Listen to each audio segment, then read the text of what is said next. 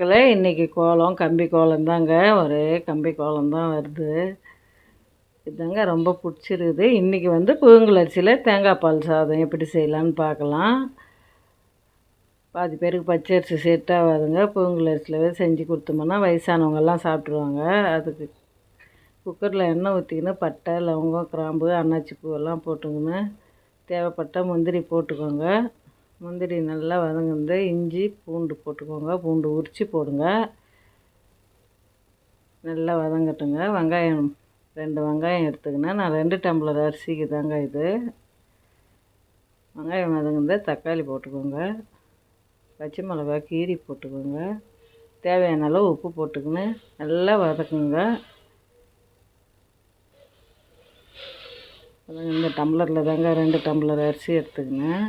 5 tumbler தேங்காய் பால் வந்து 4 tumbler வந்தது. 2 வாட்டி எடுத்துங்க.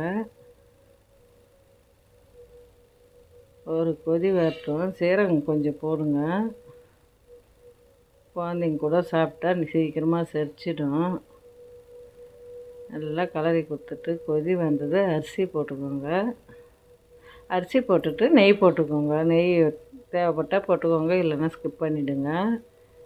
டேஸ்ட்டு வந்து கூடுதலாக இருக்குங்க.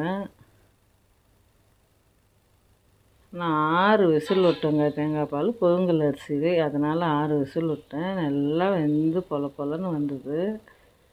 டேஸ்ட்டு வந்து பிரியாணி கேக்குள்ளே இருந்ததுங்க. அவ்வளோ சூப்பராக இருந்தது டேஸ்ட்டு.